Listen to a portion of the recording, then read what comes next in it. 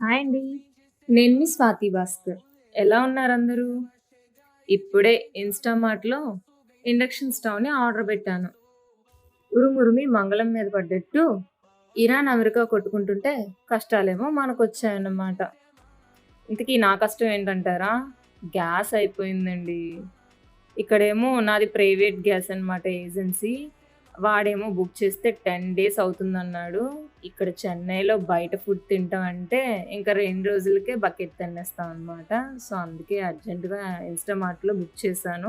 Pigeon company induction cookware book చేశాను. 1800 watts అనమాట.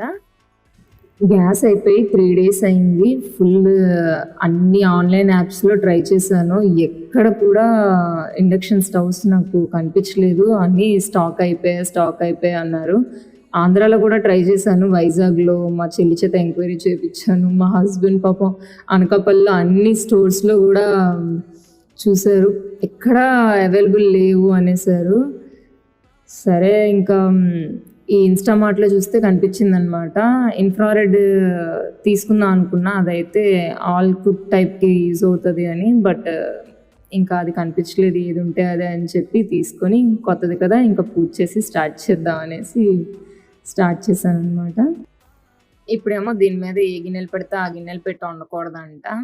కునికిన నక్క మీద తాటిపండు పడ్డట్టు అసలకే మంత్ ఎండ్ ఎలా సర్వైవ్ అవుతామా అనుకుంటే, ఇప్పుడు ఈ కష్టం ఒకటొచ్చి పడింది.